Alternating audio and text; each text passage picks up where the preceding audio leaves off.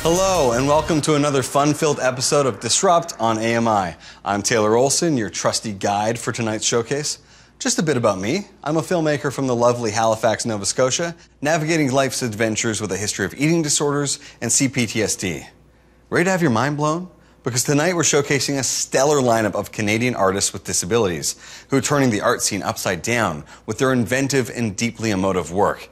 And let's kick things off with a music video that'll knock your socks off. Directed by Benjamin Stewart, a writer and director straight from the land of Nova Scotia who battles with depression. Get ready for Head Down, his comeback short film after life threw a couple of curveballs his way. Now, fair heads up, folks, this one's got a pinch of dramatized monster violence, so viewer discretion is advised.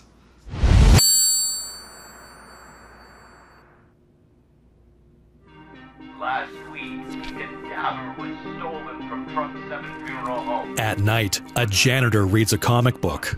Someone skitters past. The janitor jolts and slowly rises. The man is tall and very eccentric. I've seen wearing a white lab coat and round eyeglasses. As the janitor checks a room, the doctor described in the radio broadcast appears in a doorway behind him. The janitor turns, but he's gone. The doctor pops up and puts a plastic bag over the janitor's head. The Royal Volts present Head Down. The janitor asphyxiates, and the doctor takes keys to a lab from his body. He sneaks down a hall, unlocks a door, and slips into a lab. He removes a brain from a tray.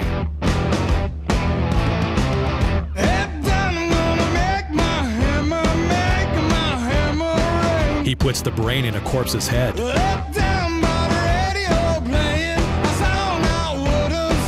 He wraps bandages around it.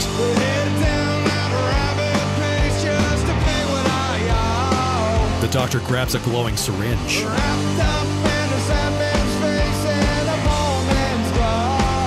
He jabs it into the corpse. It rises and tosses the syringe away. It attacks the doctor.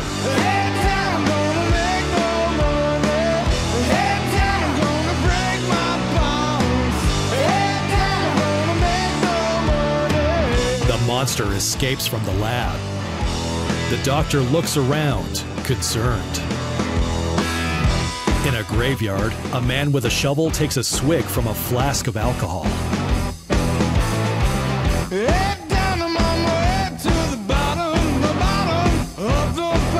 He digs up a grave.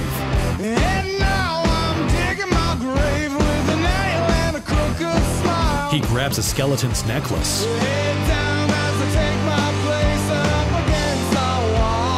The monster grabs it from him.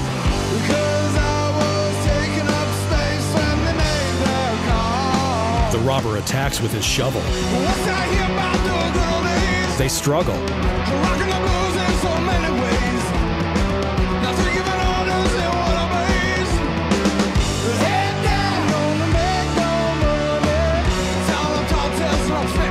The grave robber runs.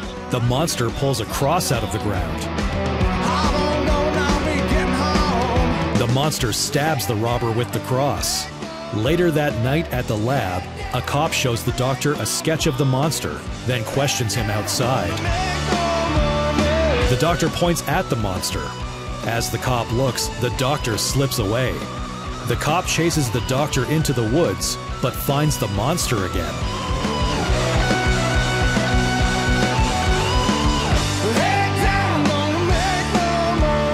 The monster flees toward a church. A minister playing an organ rises, knocks it down with a Bible, and strangles it with a string of lights. The cop enters. He rushes to the struggle and is knocked down by the minister. The monster bites the minister's leg. The minister pulls off the monster's mask, revealing their gruesome head. The doctor appears, wielding an axe. The monster bares its teeth. The doctor winds up and chops off the monster's head. Blood spurts from the body. Congrats to Head Down's director Ben Stewart. That was like music and storytelling had a baby, and I'm here for it. On deck, we have the multi-talented Bera Haladik, donning hats as a Czech-Canadian writer, editor, and multimedia artist. Bera lives with a degenerative disease, and their sonic masterpiece Zlata is like an open invitation to a cosmic concert, promising to soothe your soul and revitalize your senses. So, ears at the ready.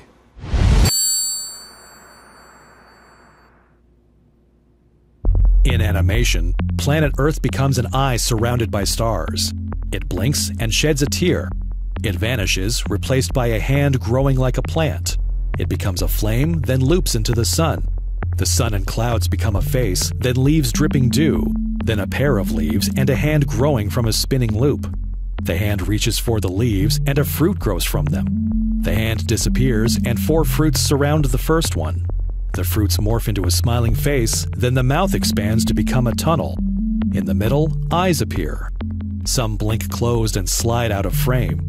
The last pair come together and become 2 pairs of blinking eye leaves. The eye leaves sink to the bottom and become ocean waves. Dots blink among them, and one rises while the other floats away. The rising dot becomes a sun, then a flower with heart-shaped petals. It swirls and becomes a blob descending from 4 parachutes. They expand, and the Earth reappears. The sequence repeats. The Earth becomes a weeping eye. A leaf becomes a hand, then a flame, then the sun with clouds. They become a face with one eye open, then leaves dripping dew, then a pair of leaves and a spinning loop that grows a hand. The hand reaches for the leaves, which become a fruit and vanishes. The 4 fruits surround the first, then become the smiling face. The mouth expands to become a tunnel of circles. At the end, eyes appear. Some blink closed and slide out of frame. The last pair grow into 2 pairs of blinking eye leaves. The eye leaves shift to the bottom and become waves. Dots blink among them. One rises to become the sun, the other floats away. The sun becomes a flower with heart-shaped petals. It spins and becomes a blob descending from parachutes. They expand and the Earth reappears. The sequence repeats again. Earth becomes a weeping eye that vanishes. A hand grows into a flame, then the sun.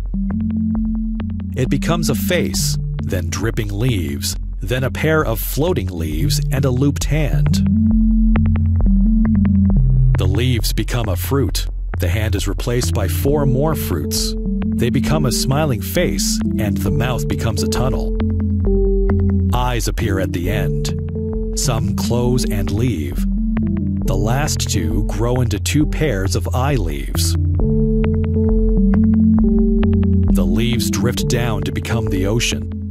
One dot rises up, while another floats away. The risen dot becomes the spinning flower with heart-shaped petals, which becomes a blob descending from parachutes. They expand, and the Earth reappears. The Earth becomes a weeping eye one last time. That was a feast for the senses. Could watch on repeat. All right, folks, time for a quick intermission here on Disrupt. Don't stray too far.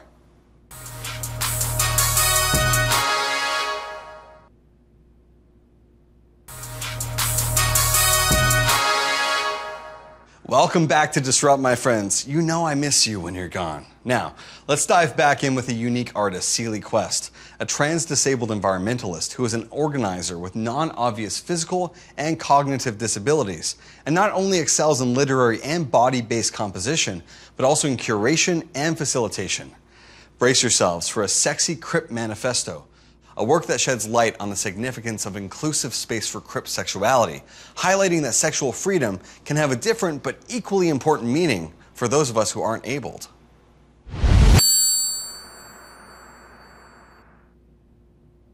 Sometimes I want to rip out my bands of body pain to hurl. I fight harsh wind and words all day, muscles set and start to edge on numb, and even if I've slept enough, I resist feeling how my back will again resist relaxing all today. Yeah, I know. I have to try Feldenkrais, or yoga, or visualization techniques, or a salt bath, but I'm broke. My attention's so focused on survival and hustling each day, I simply stumble into and out of my sleeping pad. Halfway there, I'm still trying to enact ableness and tough attitude. Fearful of lasting dependence on commercial routes of transportation, even though my ankles, knees, wrists, elbows, and back feel the joys and growing weariness of biking me everywhere when I do. Terrified, years of repetitive work, habits of strained arms again, tendons telegraphing weakness, nerves numb, of losing the fight to pass as able enough. Present as a player of physicality and stamina, a queer who walks the talk. As a teenager in a neck-to-pelvis spinal brace, my back muscles were given their orders by others. I didn't have to negotiate how to carry myself in the world. I was disabled. It was evident to all. I could relax inside bars and plastic against the shell of a defining framework, and I've known nothing else so awfully delicious. I've known other low-budget thrill-seekers to instigate warm cruising nights in a big city park to fill a gap, after Wheelchair Femme dropped plans to come to a queer convergence because no one had planned for its sex party to be accessible. And then the party was canceled due to lacking an accessible space. A chair user like her could take a playground's pavement to be ravishing, but the terrain constrains choices, more exposed to police or queer bashers than the park's wild. I could clamber up hills, seek trysts in the grasses. It's possible at the moment. But I've lived with a wheelchair dyke who couldn't dance that way and be part of that ableist revolution. Lots of us want more public queering, more freedom. We want to be sexual for free, not contained to clubs or our homes, and claim the great outdoors for our playing fields. This doesn't always exclude Crips. In the 70s bloom of disability rights activism, some physically disabled and cognitively disabled people have since had moments of enjoying some sexuality publicly along with abled lovers, usually where body positivity and free love are most accepted. Sometimes, radically defined repression defaults to claiming rights to trick in the bushes if it's too risky in the street, too costly in the socially designated places. Yet, when acting for uncensored, consensual sexual expression to celebrate all that we can share with each other, why not do the work of spaces like getting warehouses for giant playfests to be accessible? I'm a randy bugger, and not all the time, but do lust for play as hard and fast as it can come, to pitch myself in as far as my body will go. I may want to work the heck out of a hottie and have to weigh whether I'll risk pushing my back to its edge of wrecked or hands closer to hardly usable the next day. It can seem worth it. The urge to burn an enabled fever dream. Yet every time I go to dance in a stairs-only club or house where there's scented soap, I note who's not there, who won't even pretend they can extend themselves like me. Sometimes I fear apparent Crips think I am, seeking validation for disabled status while still accessing lots of privilege. We all learn to say to each other, your pain ain't like my pain. Yet at any age, we can have chronic body injuries, illness, and impairing pain inside. The culture has generations of walking, halting, and bedridden wounded. Who's pretending? I've pushed on despite my pain thresholds, driven to stay physically dynamic by others conquering the world on those terms. Masses worship youth and vigor, want as much distance from slowness and infirmity as possible. In our cruising quests, in the states where we sweat, long to know ourselves as desirable human doings instead of human beings, I demand room for disability without fear from abled kin. For Crip power to be recognized, for it to really be okay to not strive in the park, not bluff with bravado about my limits, and still have sex appeal. A big thanks for that great work. Sexual freedom is truly for everyone. Now, we're shifting gears to our next creative, Camila Wong. Camila is a deaf/hard of hearing Peruvian artist, muralist, and illustrator making waves in Toronto. With her work, My First Motion Animation, she's taking us on her maiden voyage into the thrilling world of animation. So fasten your seatbelts and roll it. I've always wanted to say that. It feels so good.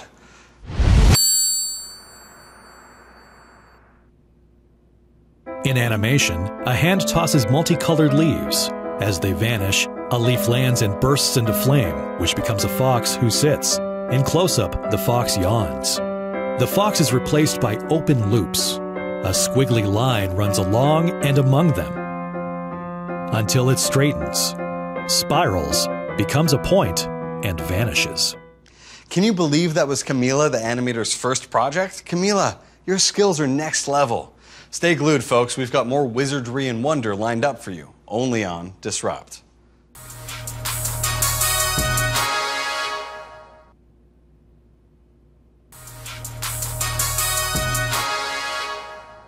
We're back on Disrupt. Did you miss me?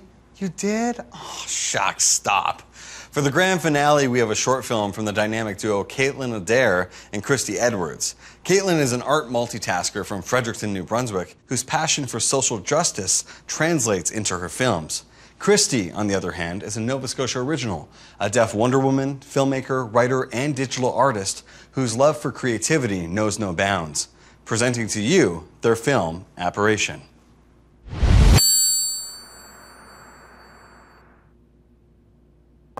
Apparition.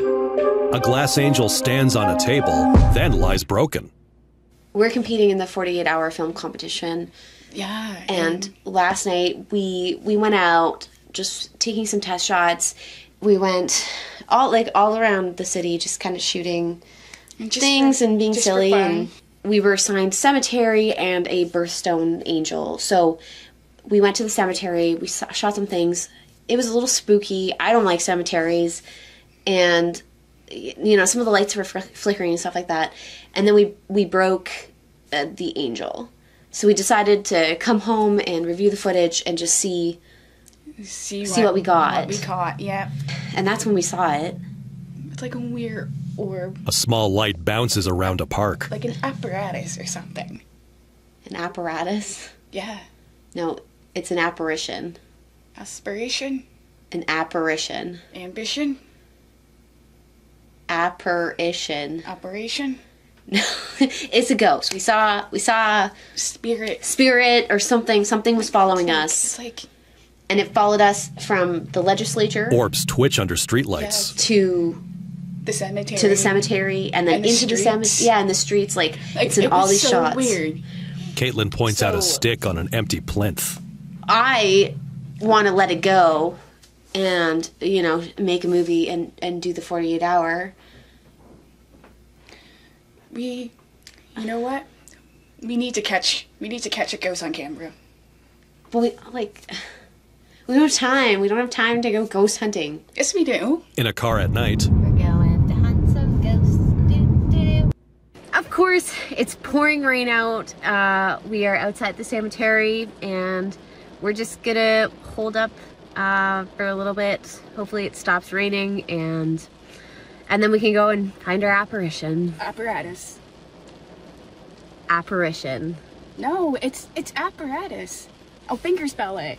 Fine. It's apparatus. It's APPARITION. Yeah, apparition. Apparatus. Caitlin covers her face. It's gonna be a long night. At the old burial ground. We're back at the cemetery in search of our ghost. And, well... It's so creepy. Yeah. We're a little spooked.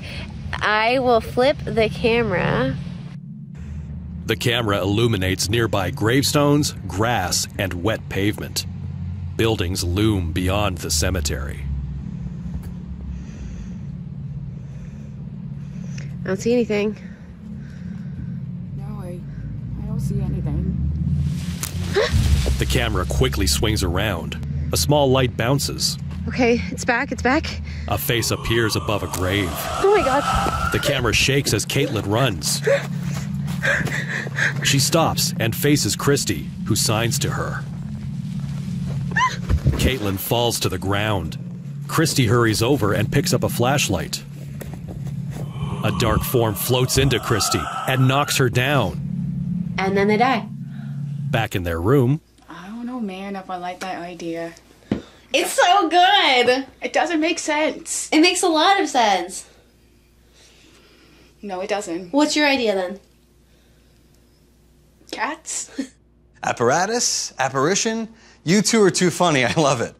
I'm Taylor Olson, your captain on this artistic journey. If you're missing us already, just hop on over to ami.ca/disrupt to rewatch any episode. See you soon.